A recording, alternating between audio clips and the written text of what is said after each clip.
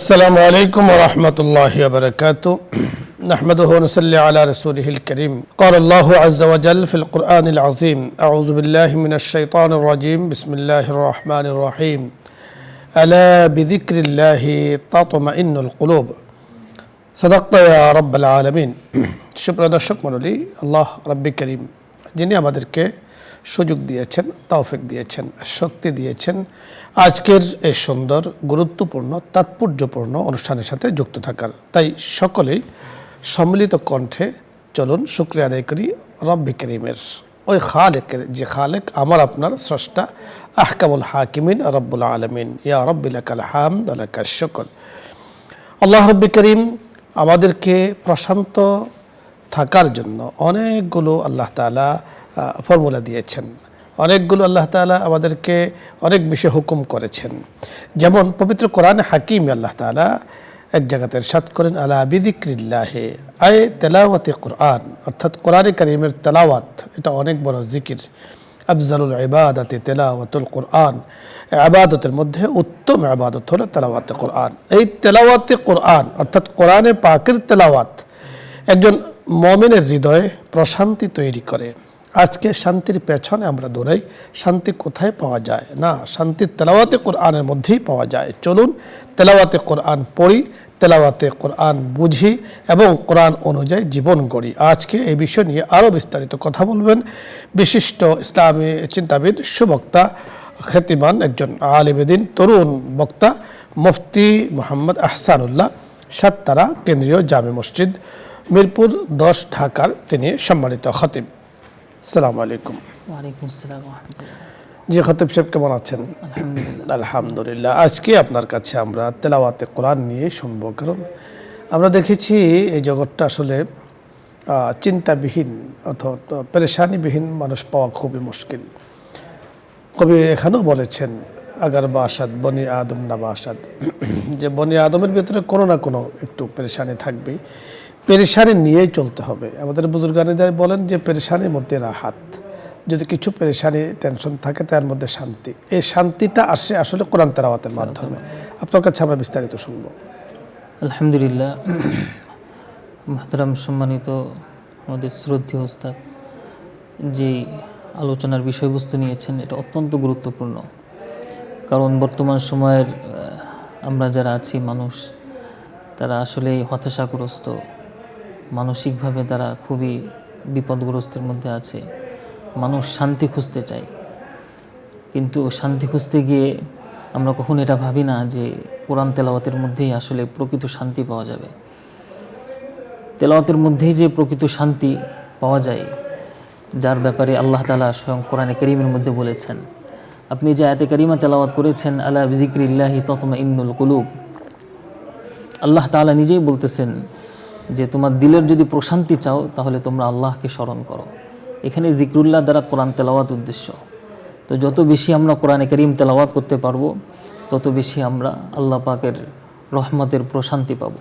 শুধু তাই নয়, অন্য আয়াতের মধ্যে আল্লাহ তাআলা বলেন ওয়ানুনাজ্জিলু মিনাল কুরআনি মা হুয়া শিফাউন ওয়া রাহমাতুল লিল মুমিনিন, যে এখানে শেফা দ্বারা উদ্দেশ্য শুধু শারীরিক শেফা নয়, বরং অন্তরের প্রশান্তি, দুশ্চিন্তা থেকে মুক্ত থাকা যায়। শুধু শারীরিক শেফা দ্বারা এটা উদ্দেশ্য নয়। অন্য আয়াতের মধ্যে আল্লাহ তাআলা বলেন ইয়া আইয়ুহান নাস ক্বাদ জাআকুম মাউইযাতুম মির রাব্বিকুম ওয়া শিফাউল লিমা ফিস সুদূর।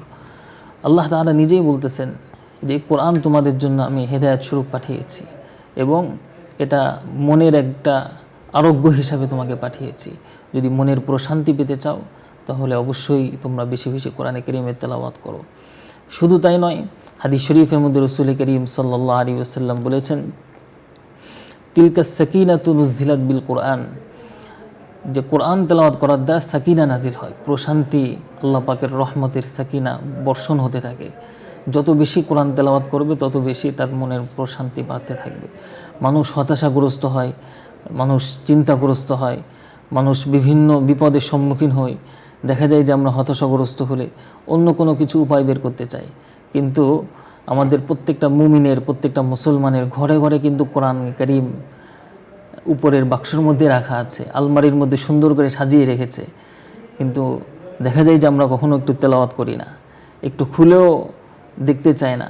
এমন অনেক মুসলমান আছে সারা বছর চলে যায়, কিন্তু কোরআনে কারিমটা খুলে যে একটু দেখবে, একটু পড়বে, কখনো সে একটু অনুভব করতে চায় না যে আল্লাহ তাআলা যে আমাদের জন্য যে হেদায়েতের এবং শান্তির যে কোরআনে কারিম আল্লাহ তাআলা আমাদেরকে দান করেছেন, এটার মধ্যেই যে দুনিয়া ও আখিরাতের সফলতা আছে, এটা আসলে আমরা বুঝতে চাই না।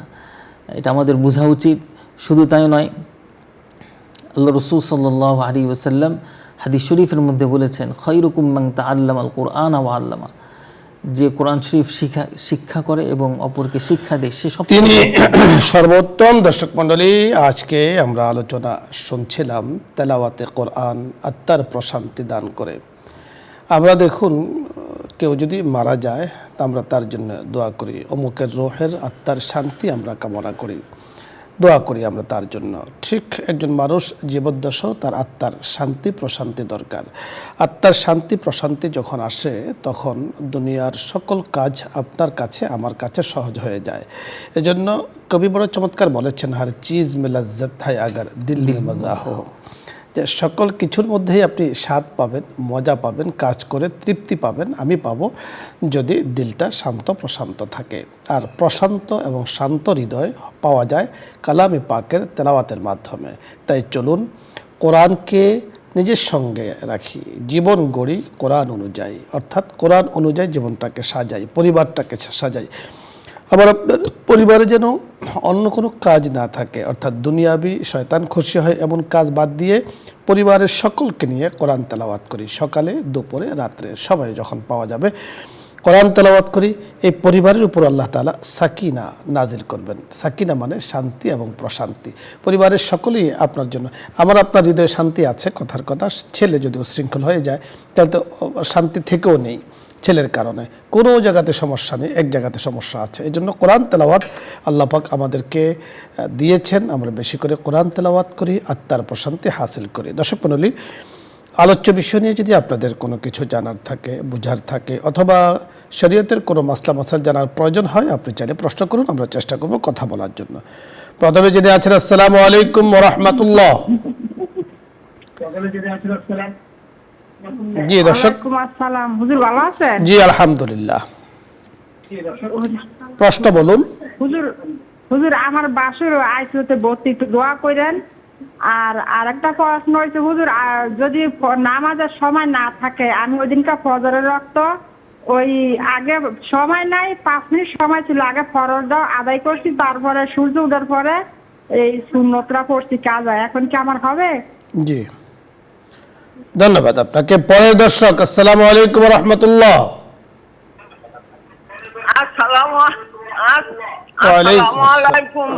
ওয়ালাইকুম আসসালাম ওয়া রাহমাতুল্লাহ। আপনার প্রশ্ন বলুন। আমি দুইটা প্রশ্ন করব। জি বলুন। এক নাম্বার প্রশ্ন হচ্ছে, এই যে ইরানের উনি কি শিয়া? ওনার লাশ যে নিয়ে গেল, তাই হচ্ছে ইরাকে কারবালার ওখানে। জি ধন্যবাদ। দ্বিতীয় প্রশ্ন বলুন। দ্বিতীয় প্রশ্ন বলুন। সেখানে মাটি দিল।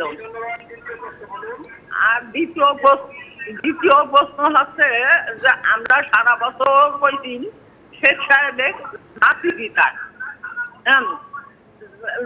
গীতা, কিন্তু আমি তো জানি এই পর্যন্ত, আমি অবশ্য কোনোদিন কইছিলাম যে জি আমরা বুঝতে পেরেছি, ধন্যবাদ আপনাকে। আমরা কথা বলছি, আপনি শুনতে থাকুন। পরে দর্শক, আসসালামু আলাইকুম।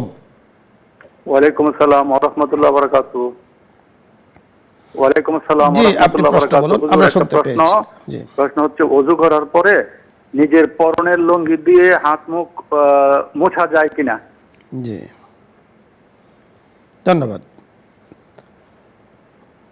পরের দর্শক, জি আসসালামু আলাইকুম। দর্শক শুনতে পেয়েছেন? প্রশ্ন বলুন। হ্যালো, আসসালামু আলাইকুম। ওয়ালাইকুম আসসালাম। হুজুর, আমি সুনামগঞ্জ জরমপাড়া থেকে ইনুস বলছিলাম। জি জি বলুন। হ্যালো বলুন এনাজ ভাই, প্রশ্ন বলুন। হুজুর, কবুল হজের একমাত্র প্রতিদান জান্নাত। হ্যাঁ, কবুল হজের একমাত্র প্রতিদান জান্নাত। তো প্রশ্ন হলো এই কিন্তু ধনীদের জন্য, আমরা গরিবদের জন্য আল্লাহ বলল এমন কোন ব্যবস্থা আমলের ব্যবস্থা রেখেছেন যা করলে নিশ্চিত জান্নাত পাওয়া যাবে? জি জি, আমরা বুঝতে পেরেছি, ধন্যবাদ। দর্শক মণ্ডলী, অনেকগুলো প্রশ্ন আমাদের কাছে ইতিমধ্যে এসে পৌঁছে, আমরা কথা বলছি, ইনশাআল্লাহ সুযোগ সময় হলে আবারও আসব। প্রথম যে প্রশ্নটি করেছেন, আমাদের এক দর্শক দোয়া চেয়েছেন এক রোগীর জন্য, তিনি হাসপাতালে ভর্তি আছেন। আমরা দোয়া করছি আল্লাহ পাক ওনাকে শেফাই কামেলা আজেলা দায়েমা মুস্তামিররা দান করুন। আপনি আরেকটি প্রশ্ন করেছেন যে ফজরের নামাজের সময় আপনি উঠেছেন 5 মিনিট, তখনও সময় বাকি ছিল, আপনি ফরজটা পড়েছেন, সুন্নতটা সূর্য ওঠার পরে যখন পড়া যায় তখন তিনি পড়েছেন, ঠিক আছে তো? ঠিক আছে, আপনি একদম রাইট কাজ করেছেন, ঠিক কাজ করেছেন, এমনই করা উচিত। আরও যেটা প্রশ্ন করেছেন যে খামেনি যে ইন্তেকাল করেছেন, জানা যায় সারা বিশ্বের নেতারা অনেকেই গিয়েছেন সেখানে, জানা যায় শরিক হয়েছেন। তো ওনাদের সিস্টেমে, ওনারা যেভাবে ওনারা রাষ্ট্রীয় ধর্ম পালন করেন ওই সিস্টেমে সেখানে জানাজা হয়েছে। তো সারা বিশ্বের লোকজন সেখানে যাবে, এটি স্বাভাবিক, সমবেদনের একটা ব্যাপার আছে, সেখানে অনেক কিছু আছে। তো করেছেন, যেটা করেছেন ঠিকই করেছেন। আরেকটি প্রশ্ন করেছেন আপনি যে জাতির পিতা, আমরা তো জানি বনি আদম, অর্থাৎ সকলের পিতা হলেন হযরত আদম আলাইহিস সালাম। আর রাসূল আকরাম সাল্লাল্লাহু আলাইহি সাল্লামও বলেছেন মিল্লাত আবিকুম ইব্রাহিম। এক সম্পর্কে আপনার কাছে আমরা শুনবো। যেহেতু কোরআনে কারীমে স্বয়ং আয়াতে কারীমা আল্লাহ তাআলা নাজিল করেছেন এবং আমাদের মুসলমানদের মিল্লাতের ইশারা করেছেন যেহেতু হযরত ইব্রাহিম আলাইহিস সালামের দিকে, সেই হিসাবে মুসলমানদের জাতির পিতা হযরত ইব্রাহিম আলাইহিস সালাম, এখানে অন্য কেউ আসার কোনো সুযোগ নাই। এবং অন্য কোনো মুসলমান যদি অন্য কাউকে জাতির পিতা ধারণ করে মনে করে তাহলে না, এখানে তো মুসলিম জাতি পিতা তো বলা হয়েছে, তো মুসলিম জাতি তো হযরত ইব্রাহিম আলাইহিস সালাম। অবশ্যই আমাদের বাবা হলেন বাবা আদম আলাইহিস সালাম। আমরা কিন্তু স্বাভাবিক আমাদের কথাই আমরা বলি বাবা আদম আলাইহিস সালাম। তিনি হলেন সারা জগতের মানুষের পিতা, আদম আলাইহিস সালাম এবং হযরত ইব্রাহিম আলাইহিস সালাম মুসলিম জাতির পিতা। আরেকটি প্রশ্ন করেছেন আরেকজন যে অজু করার পরে ওনার যে লুঙ্গি আছে তা দিয়ে উনি শরীর মুছতে পারবেন কিনা, ওজুর অঙ্গগুলো মুছে ফেলতে পারবেন কিনা? এখন যদি লুঙ্গিটা যদি তার পরিপূর্ণ পবিত্র থাকে বা কোথাও যদি নাপাকি না লেগে থাকে সেক্ষেত্রে করতে পারে, তবে এটা অনুচিত, নিঃসন্দেহে অনুচিত। আপনি লুঙ্গি দিয়ে হাত মুছতে গেলে, পাও মুখ মুছতে গেলে অনেক সময় ফরজ তরক হয়ে যাওয়ার সম্ভাবনা থাকে। দ্বিতীয়ত হলো আপনি অজুর পানি দিয়ে আপনি নিজের লুঙ্গিটাকে আপনি ভিজিয়ে ফেলছেন, এর দ্বারা আপনার নিজেরও শারীরিক ক্ষতি হতে পারে। তৃতীয়ত হলো এই ধরনের কাজ মানে স্বাভাবিকত সাধারণত মানুষ করে না, এগুলো মানে আপনি টিস্যু রাখবেন, গামছা রাখবেন, অনেক কিছু রাখবেন, সেগুলো দিয়ে আপনি হাতটাকে মুছে দেবেন যদি আপনার জানার বিষয় এটা হয়। আর যদি জানার বিষয় হয় যে অজুর পানিটা তো ব্যবহৃত, এই ব্যবহৃত পানিটা আপনার লুঙ্গিতে লাগলে লুঙ্গিটা নাপাক হবে কিনা, না নাপাক হবে না। আপনার অজুর পানিটা হলো মায়ে মুস্তামাল, ব্যবহৃত পানি, তহের গায়রে মুতাহহার, অর্থাৎ এটা পবিত্র, কিন্তু অন্যকে সে পবিত্র করতে পারে না, অন্যের গায়ে লাগলেও সেটা নাপাক হয় না। সুতরাং লুঙ্গি দিয়ে মুছলেও যদি আপনি কখনো মুছেন সবকিছু ঠিক রেখে, এতে কিন্তু কোনো সমস্যা নেই। আর একটি প্রশ্ন করেছেন ইউনুস সাহেব, কবুল হজ যারা হজে যান, লাইসা লাহু সাওয়াবুন ইল্লাল জান্নাহ, হজে যারা যান তারা তো এই সওয়াব পান, কিন্তু যারা হজে যান না বা যাদের উপর হজ ফরজ হয়নি তারা কি করবেন, বা তারা জান্নাতে যাওয়ার কি মানে আমল আছে? সব থেকে বড় আমল হলো মা বাবার খেদমত করা। আপনি সুন্দর বলেছেন। দেখুন, যাদের উপরে হজ ফরজ হয়েছে তাহলে তাদের উপরে বাড়তি একটা দায়িত্ব চলে আসছে, তাকে হজের সফরে যেতে হবে, ওখানে গিয়ে হজ করতে হবে। হজের সফরটা কিন্তু আমরা যত সহজ মনে করি আসলে অত সহজ নয়। এহরামের কাপড় পরিধান করা থেকে নিয়ে একবারে কমপ্লিট করা পর্যন্ত এটা কিন্তু মোটামুটি বেশ ভালোই অনেক কিছু আপনাকে সামাল দিতে হয়। এই জন্যই আল্লাহ তাআলা কোরআনে বলেছেন এই যে কষ্টের সফর, এখানে 3 কাজ করা যাবে না, ফালা রাফাসা ওয়ালা ফুসুকা ওয়ালা জিদালা, 3 কাজ করা যাবে না, মানে ধমক দেওয়া যাবে না, অশ্লীলতা করা যাবে না, গীবত শাকায়াত করা যাবে না, ঝগড়াঝাটি করা যাবে না, কারণ সফরের মধ্যে মানুষ সাধারণত একেবারে অতিষ্ঠ হয়ে যায়। আর যার উপরে এটা ফরজ হয়নি, হজটা ফরজ হয়নি, তো তিনি তো অনেকাংশে বেঁচে গেলেন, মানে বলেছে যে গরিব আমরা, তা আমরা হজে যেতে না পারলে জান্নাতে যাবো হজ কিভাবে? কবুল হয়েছে কি হয় নাই সেটা হজ কবুলের একটা বিষয় আছে, হজ করলেই যে কবুল হবে বিষয়টা এমন নয়। আপনার আমার জন্য যে আমল সেটা রাসূল আকরাম সাল্লাল্লাহু আলাইহি ওয়াসাল্লাম বলে দিয়েছেন, আসসালাতু মিফতাহুল জান্নাহ, আসসালাতু মিফতাহুল জান্নাহ, যে নামাজ হলো জান্নাতের চাবি। ঠিক মতো নামাজ পড়ি 5 ওয়াক্ত, এখানে ধনী নাই, গরিব নাই, নারী নাই, পুরুষ নাই, সকলকে নামাজটা আদায় করতে হবে। সকলে আদায় করবেন, জান্নাতের চাবি নিয়ে যাবেন। ওখানে একটা তালা থাকবে, চাবি দিয়ে তালাটা খুলবেন, ঢুকে যাবেন, প্রবেশ করবেন, কোনো সমস্যা নেই। ইউনূস সাহেব, আশা করছি আপনি বুঝতে পেরেছেন। নামাজি অর্থাৎ মুসল্লি হতে হবে, আমাকে নামাজি হতে হবে। পরের দর্শক জি, আসসালামু আলাইকুম রাহমাতুল্লাহ। ওয়ালাইকুম আসসালাম। আসসালামু আলাইকুম হুজুর। জি ওয়ালাইকুম আসসালাম, হুজুর, আমার দুটি প্রশ্ন হুজুর। বলুন। প্রথম প্রশ্ন হলো, বিছানা বসে খাওয়া খাইলে গরিব হয়ে যায়, এটা কি ঠিক হুজুর? জি ধন্যবাদ। আর একটা হলো যে আমি আমার রুমের পূর্ব পাশে জানালা, তো আমি জানালা বসে কোরআন তেলাওয়াত করি, সিজদা যখন আসে তখন পূর্ব দিকে দিলে হবে নাকি পশ্চিম দিকে ফিরে দিতে হবে? জি ধন্যবাদ। আমরা কথা বলছি, আপনি শুনতে থাকুন। বুঝতে পেরেছেন প্রশ্নটি? বিছানায় বসে খাবার খেলে নাকি গরিব হয়ে যায়, এমন কোনো কথা কি ইসলামে আছে? না না, একেবারেই নাই। এটা সম্পূর্ণ কুসংস্কার। বিছানায় বসে খাবার খেলে গরিব হয়ে যায়। আপনি বিছানা ছাড়া খাবারটা খাবেন কোথায়? আপনি নিচে যখন বসবেন ফ্লোরে, নিঃসন্দেহে একটা চাদর আপনি বিছাবেন, তাহলে একটা বিছানা, অথবা একটা পাটি বিছালেন, সেটা একটা বিছানা। তো সেখানে তো আপনাকে খেতে হবে সুন্নাত তরিকায়, তো আপনাকে তো খাবার বসে খেতে হবে, এটাই সুন্নাত। এটাই সুন্নাত তরিকা। এরপরে সম্ভবত যদি আপনার জানার বিষয় হয় যে খাটে বসে খাবার খেলে গরিব হয়ে যায়, এটাও একেবারে বেঠিক কথা। বিনা প্রয়োজনে খাটে বসে খাবার না খাওয়া, খাবার এটা একটা মুহতারাম সম্মানিত বস্তু, সম্মানিত বিষয়, সম্মানিত একটা কাজ, সেটাকে সম্মান বজায় রেখে খাওয়া, দস্তরখান যথাযথভাবে বিছিয়ে নিয়ম সুন্নাত তরিকায় নিয়ম মেনে সেটা খাবারটা গ্রহণ করা উচিত। কিন্তু খাবার খেলে বিছানায় বসে গরিব হয়ে যায়, এটা একেবারেই কুসংস্কার, এর কোনো ভিত্তি নেই। আরেকটি প্রশ্ন আপনি করেছেন, পূর্ব দিকে ফিরিয়ে আপনি কোরআন পড়েন, সিজদা তেলাওয়াত আসে, তখন আপনি সিজদা পূর্ব দিকে ফিরিয়ে করবেন নাকি পশ্চিম দিকে? এটা পশ্চিম দিকেই করতে হবে। সিজদা মানে হলো পশ্চিম দিকে, অন্য কোনো দিকে করা যাবে না। মানে পূর্ব বলেন, দক্ষিণ বলেন, উত্তর বলেন, 3 দিকের কোনো দিকে সিজদা করা যাবে না। সিজদা মানে হলো কিবলামুখী হওয়া, অর্থাৎ কিবলামুখী হয়ে আপনি নামাজে সিজদা করুন, নফলে সিজদা করুন, যে কোনো সিজদা আপনাকে পশ্চিম দিকে ফিরিয়ে করতে হবে। পরের দর্শক জি, আসসালামু আলাইকুম রাহমাতুল্লাহ। আসসালামু আলাইকুম। ওয়ালাইকুম আসসালাম। ওয়ালাইকুম আসসালাম ওয়া রাহমাতুল্লাহ। প্রশ্ন আমি বলছিলাম হুজুর, আমি কারোর কাছ থেকে যদি একটা জমি বন্ধক নিই, ওই জমিটার খাজনা যদি আমি দিয়ে দিই, তাহলে কি ওই জমিতে ওইটা কি সুদে পরিণত হবে না হবে না? জি, আমরা বুঝতে পেরেছেন।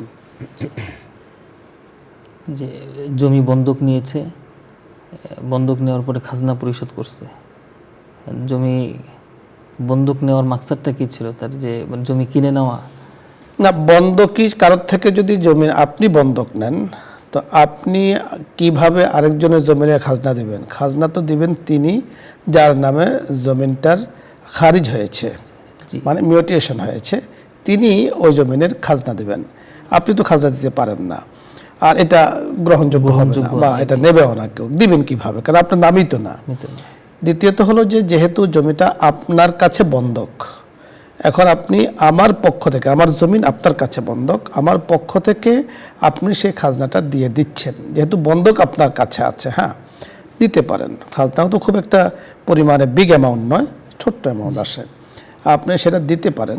তবে এই পরিমাণ টাকা আপনি মূল মালিক থেকে নিয়ে নিতে হবে, কারণ জমিনের আসল মালিক তো তিনি। আরেকটা কথা মনে রাখতে হবে, বন্ধকি সম্পত্তি থেকে কোনো ইন্তেফা নেওয়া জায়েজ নেই। লা ইয়াজুজুল ইন্তেফা মিনার রিহিন, অর্থাৎ রেহেনি সম্পদ, বন্ধকি সম্পদ থেকে কোনো ফায়দা নেওয়া জায়েজ নেই।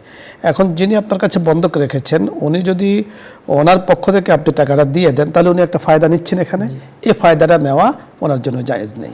এটা আপনি দেবেন ওনার পক্ষ থেকে, আবার ওনার থেকে আপনি নিয়ে নেবেন, অথবা যে কোনোভাবে একটা কর্তন হলেই চলবে, কোনো সমস্যা নেই। ধন্যবাদ শেখ আপনাকে, অনেক সুন্দর আলোচনা। আজকে আপনি আমাদের অনুষ্ঠানে এসেছেন, দর্শকদের জন্য উপহার দিয়েছেন। দর্শক মণ্ডলী, আজকে আমরা অনেকগুলো মাসলা মাসাইল নিয়ে কথা বলেছি এবং প্রত্যেকটি মাসআলাই আমার যতটুকু মনে পড়ে, যতটুকু মনে হয় খুবই গুরুত্বপূর্ণ। আমাদের বাস্তব মুসলমানদের জিন্দেগিতে এই মাসআলাগুলো জানার খুবই প্রয়োজন। আল্লাহ তাআলা আমাদেরকে কবুল করেন, অত্র এই অনুষ্ঠানকে কবুল করেন। ইসলাম আপনার জন্য যারা খেদমত করছেন, অনেক বড় খেদমত করছেন দেশের জন্য, মানুষের জন্য, মুসলমানদের জন্য, আল্লাহ পাক ওনাদেরকে কবুল করেন। বিশেষ করে বসুন্ধরা পরিবার, চেয়ারম্যান মহোদয়, পরিবারের সদস্য যারা আছেন, আমরা যারা আছি, আপনারা যারা আছেন, সকলেই আমরা একই পরিবারের, ইসলাম আমরা পরিবারের, সকলকে আল্লাহ তাআলা কবুল করেন, মাফ করে দিন। আমিন ইয়া রাব্বাল আলামিন। দোয়া হচ্ছে, দরুদ ইস্তেগফার পড়ি। আল্লাহুম্মা সাল্লি আলা সাইয়্যিদিনা আলহামদুলিল্লাহি রাব্বিল আলামিন, আসসালাতু ওয়াসসালামু আলা আশরাফিল আমবিয়াই ওয়াল মুরসালিন ওয়া আলা আলিহি ওয়া আসহাবিহি আজমাইন। ইয়া আল্লাহ, ইয়া করিম, ইয়া রহিম, মাওলায়ে করিম ওগো রহিম, আমরা যারা হাত তুলেছি, ইয়া আল্লাহ, আমাদের সকলের পক্ষ থেকে আপনার দরবারে আমরা হামদ ও সানা, শুকরিয়া ইয়া আল্লাহ পেশ করছি। মেহেরবানি করে আপনি কবুল ও মঞ্জুর করে নেন। আমিন। ইয়া আল্লাহ, ইয়া করিম, ইয়া রহিম, রহমতে আলম সাল্লাল্লাহু আলাইহি ওয়াসাল্লামকে সচক্ষে আমরা দেখিনি। ওগো করিম, আমাদের সকলের পক্ষ থেকে রওজা মুবারকে সালাত ও সালাম পৌঁছিয়ে দেন। মাওলাই করিম, বাবা আদম হতে আজ পর্যন্ত যত মুমিনিন, মুমিনাত, মুসলিমিন, মুসলিমাত ইন্তেকাল করেছেন, ওই তালিকার মধ্যে আমাদের পিতামাতাও রয়েছেন, আত্মীয় স্বজনও রয়েছেন, চেয়ারম্যান মহোদয়ের আত্মীয় স্বজন সহ, বাবা মা সহ আত্মীয় স্বজন যারা কবরবাসী হয়েছেন, মেহেরবানি করে ইয়া আল্লাহ সকলকে আপনি মাফ করে দেন। সকলের জন্য ইয়া আল্লাহ সুন্দর মাওলাই করিম কবরে আরামের ব্যবস্থা করে দেন, শান্তি ও রাহাতের ব্যবস্থা করে দেন, জান্নাতি জিন্দেগি দান করেন, জাহান্নাম থেকে মুক্তির ফয়সালা করে দেন। ওগো মালিক, ওগো করিম, ওগো রহিম, ইসলাম আমরা প্রোগ্রামে বসে আপনার শাহী দরবারে হাত তুলেছি। মাওলাই করিম, মেহরবানি করে ইয়া আল্লাহ সুন্দর বসুন্ধরায় বসে হাত তুলে আছে, ইয়া আল্লাহ তামাম জাহানকে আপনি ঝামেলা মুক্ত করে দেন। ইয়া আল্লাহ মুসলমানদের নিরাপত্তার বিধান করে দেন, আমাদের দেশের জন্য খায়র ও বারাকার ফয়সালা করে দেন। মাওলাই করিম, দেশকে সব ধরনের খোরাফাত থেকে, প্রাকৃতিক দুর্যোগ থেকে আপনি হেফাজত করেন, আসমানি বালা মুসিবত, জমিনি বালা মুসিবত থেকে আপনি হেফাজত করেন, কষ্টে পড়া মানুষগুলোকে ইয়া আল্লাহ আপনি হেফাজত করেন। মাওলাই করিম, আমরা যারা হাত তুলেছে, আমাদের সাথে অনেকে হাত তুলে আছেন, ইয়া আল্লাহ অন্তরের প্রশান্তির জন্য কোরআন তেলাওয়াতের বিষয়ে কথা বলেছি, মেহেরবানি করে কোরআন তেলাওয়াত বেশি করে করার তৌফিক দান করেন। আমিন। ইয়া আল্লাহ আপনার আশিকিন জাকিরিনদের তালিকাভুক্ত করে দেন। ইয়া আল্লাহ বসুন্ধরা চেয়ারম্যান মহোদয়, এমডি সাহেব সহ পরিবারের সদস্য যারা আছেন, ইয়া আল্লাহ আমরা যারা আছি আমাদের সকলকে আপনি মাফ করে দেন। ওগো করিম, আপনি যদি ক্ষমা না করেন যাব কোথায়? ইয়া আল্লাহ, ক্ষমার আর কোনো রাস্তা নেই, কোনো জায়গা নেই, একমাত্র জায়গা আপনি, একমাত্র ক্ষমা করনেওয়ালা, ক্ষমা করার মালিক আপনি। মেহেরবানি করে আমাদের সকলকে আপনি মাফ করে দেন। ইয়া আল্লাহ সকলের জন্য ইয়া আল্লাহ বরকতময় জীবনের ফয়সালা করে দেন, পেরেশানি মুক্তির ইয়া আল্লাহ ফয়সালা করে দেন, শান্তিময় জীবনের ফয়সালা করে দেন। মাওলাই করিম, জীবনে বারবার রওজা মুবারকে যাওয়ার তৌফিক দান করেন, বাইতুল্লাহ শরীফের আশেপাশে তওয়াফ করার তৌফিক দান করেন, স্বচক্ষে যেন আপনার মাওলাই করিম ঘরকে, কাবা শরীফকে বারবার দেখতে পারে সেই তৌফিক দান করেন। গরিবাম ইয়া রাসূলুল্লাহ, গরিবাম হলে কিন্তু গোলামে খুদ নসিবাম। মাওলাই করিম, মেহরবানি করে আমাদের সকলকে ইয়া আল্লাহ প্রকৃত ইনসান মুসলমান হওয়ার তৌফিক দান করেন। বিফাদলি সুবহান রাব্বিকা রাব্বিল ইজ্জাতি আম্মা ইয়াসিফুন ওয়া সালামুন আলাল মুরসালিন ওয়ালহামদুলিল্লাহি রাব্বিল আলামিন।